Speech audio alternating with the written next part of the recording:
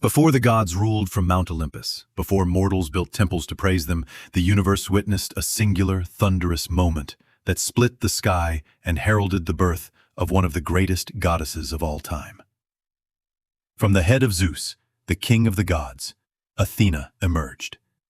She wasn't a helpless child, but a fully grown warrior, clad in gleaming golden armor, with a spear in her hand and eyes blazing with wisdom and an unyielding will. This was no ordinary birth. It was a vision, a living symbol of pure power, born from reason and strategy. Athena's origin story is unlike any other in Greek mythology. It begins with Metis, the titan of wisdom, a deity so profound and cunning that even the supreme Zeus was captivated by her. However, a prophecy shook him to his core. The child Metis bore would be mightier than its father, and could one day overthrow him, just as Zeus had toppled his own father, Cronus. In a ruler's fear, Zeus made a cruel decision. He swallowed Metis whole, hoping to secure his power forever by killing the threat in its infancy. What Zeus didn't know was that Metis was already pregnant. Deep within the powerful god's body, Metis didn't cry out or despair. Instead, she began forging armor for her unborn child. The sound of her hammer striking metal echoed in Zeus's head, beat by beat, like the unstoppable drum of fate. The pain grew so unbearable that Zeus could no longer endure it. In his agony, he called upon Hephaestus, the god of the forge, to split open his head with an axe to free him from the mysterious torment.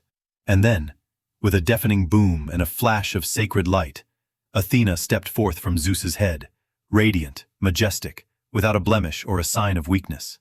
A goddess not born of love or raised by a mother's hand.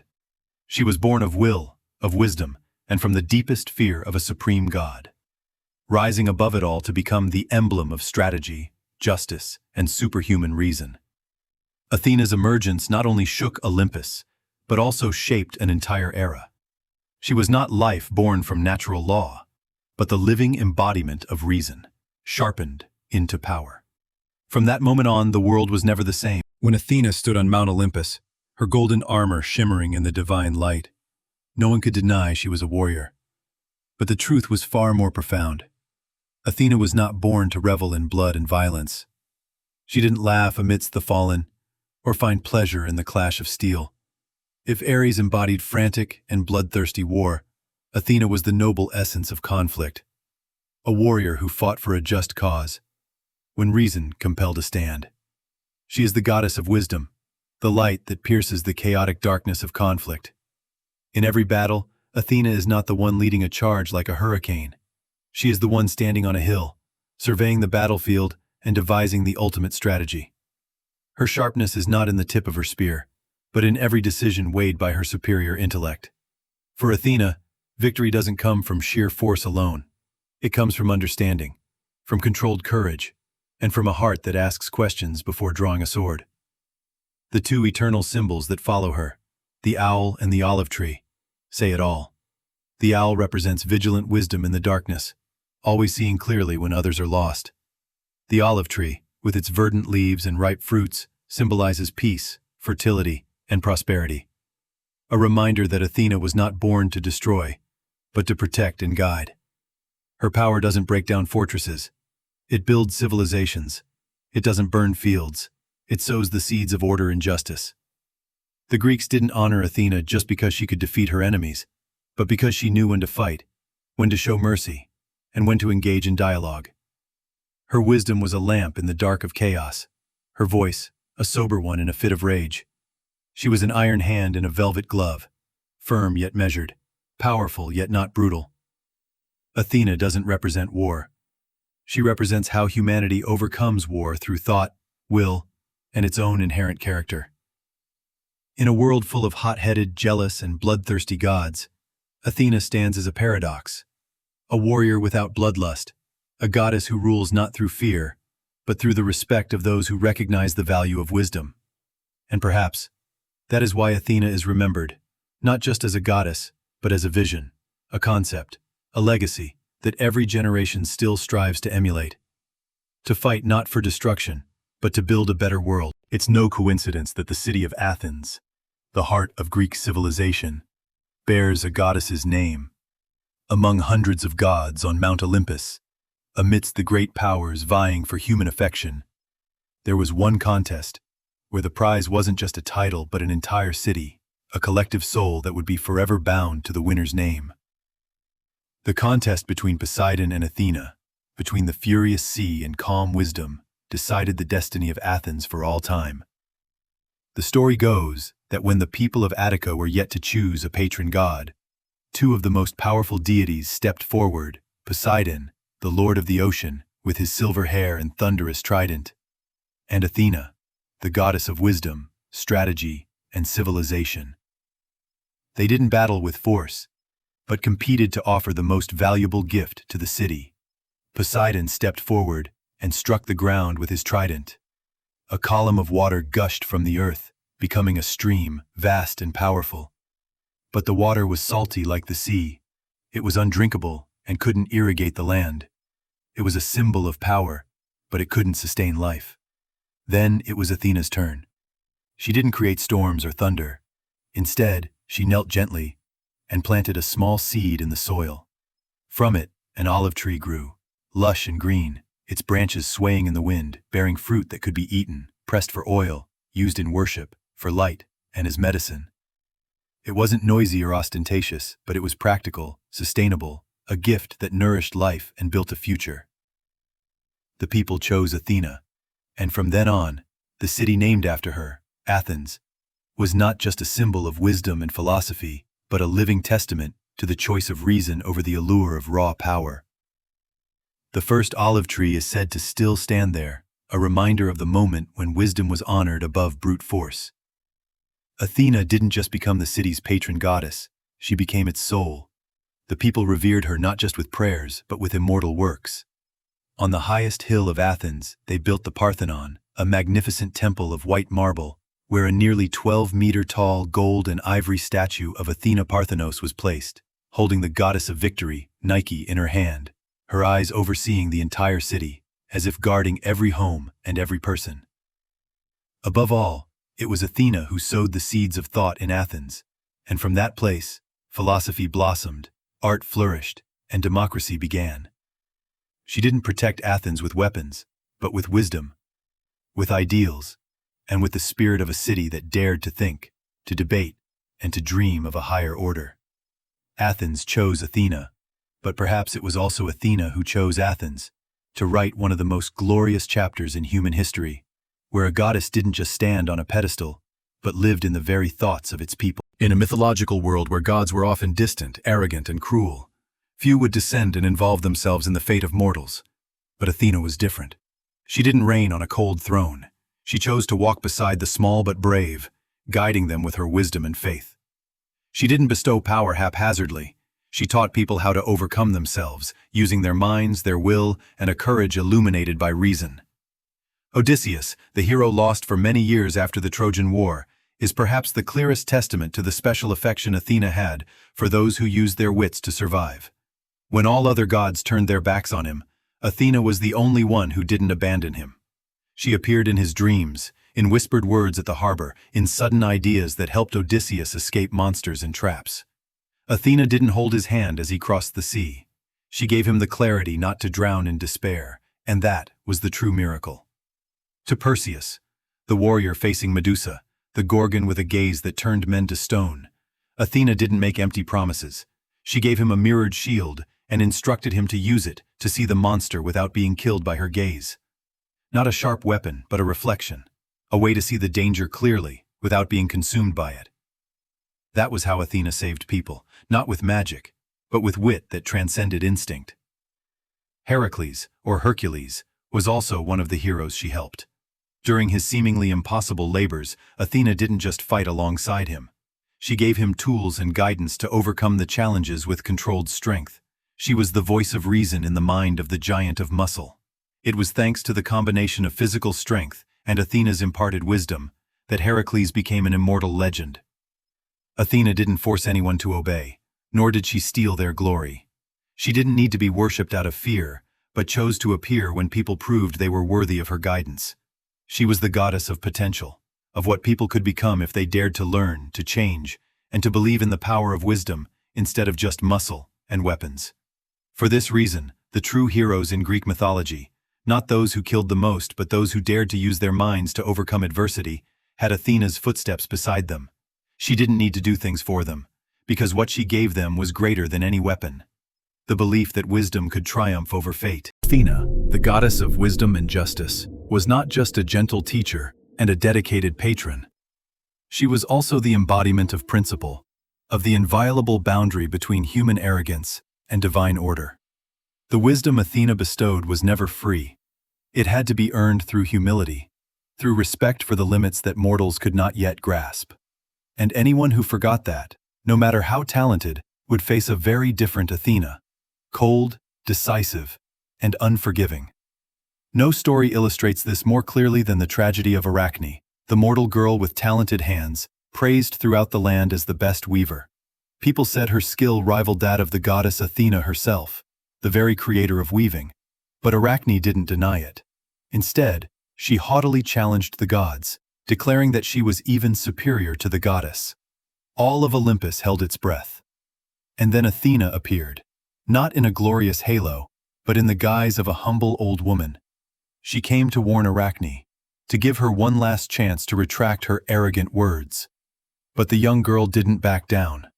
So the weaving contest began, a duel between mortal and divine intellect. Arachne's tapestry was perfect. The technique was exquisite, the lines captivating. But more strikingly, its subject was an accusation. Arachne wove stories of the gods' abuses of power, their illicit affairs, and their injustices. The naked, stark truth was laid bare in every thread. Athena could not deny the talent.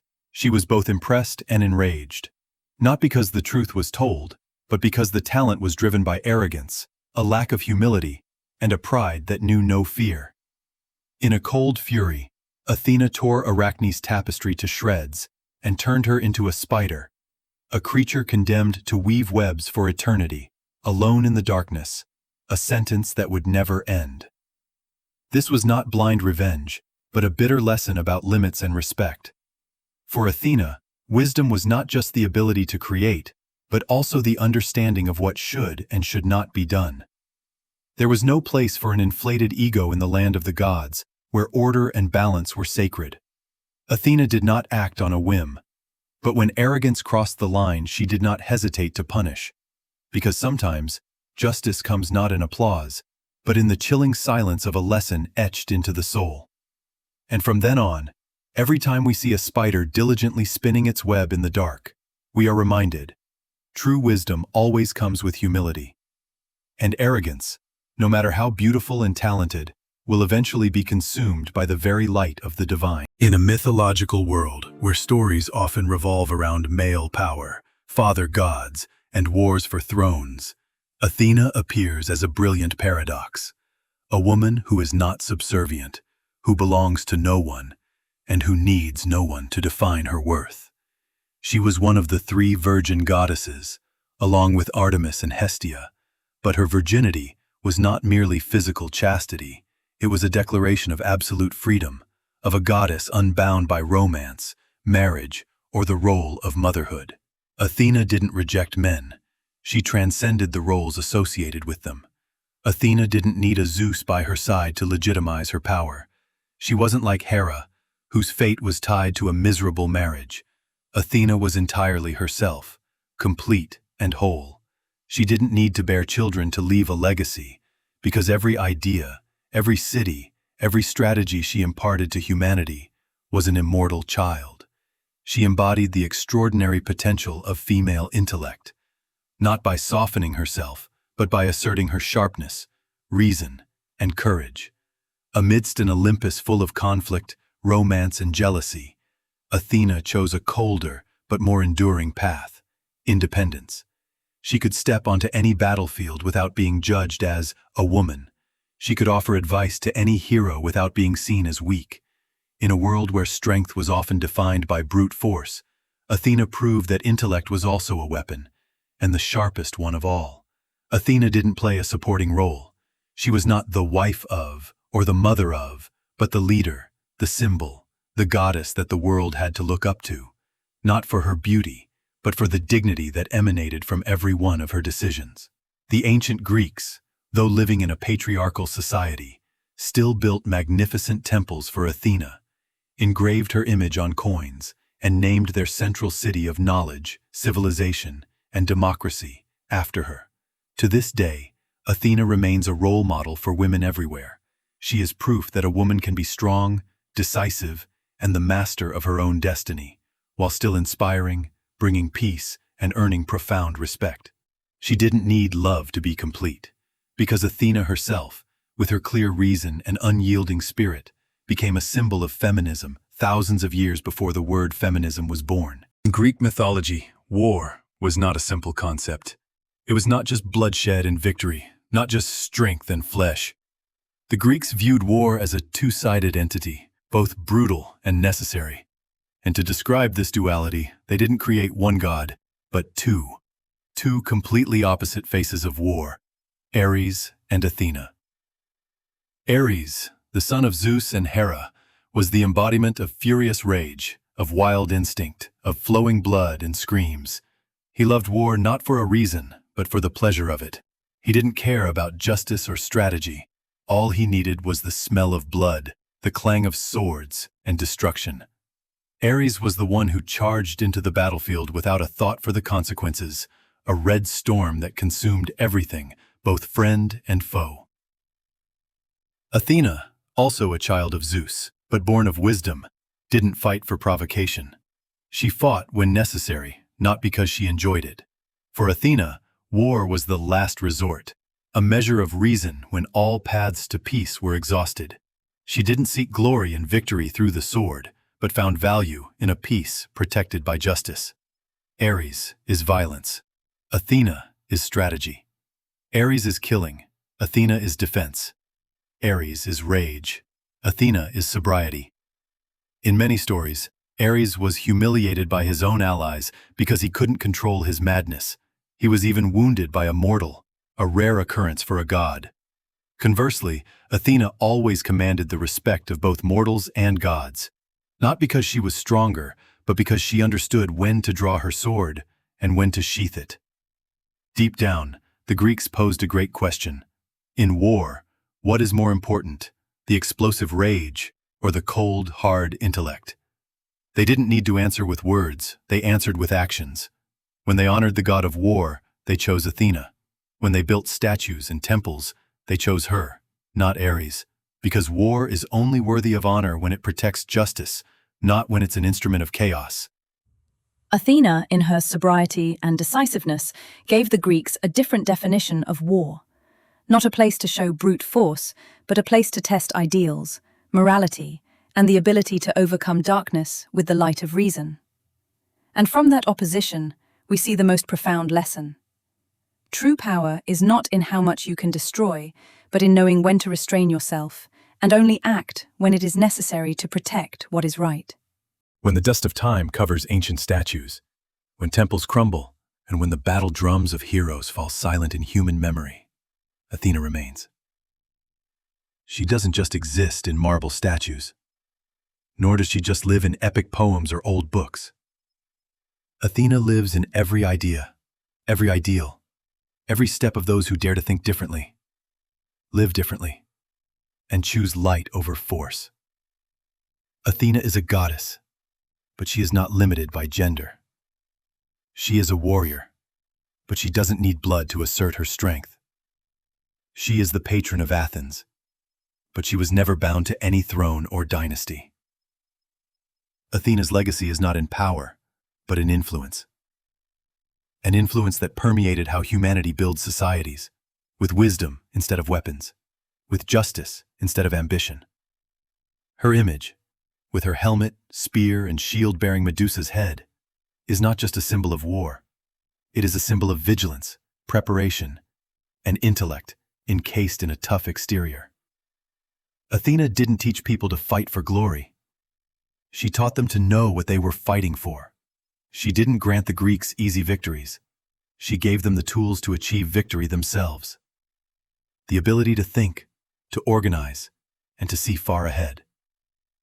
To this day, the name Athena still echoes in popular culture, in the statues before courthouses, in universities named after her, in movements for equality, education, and freedom of thought. She is a part of the DNA of Western civilization and of all humanity.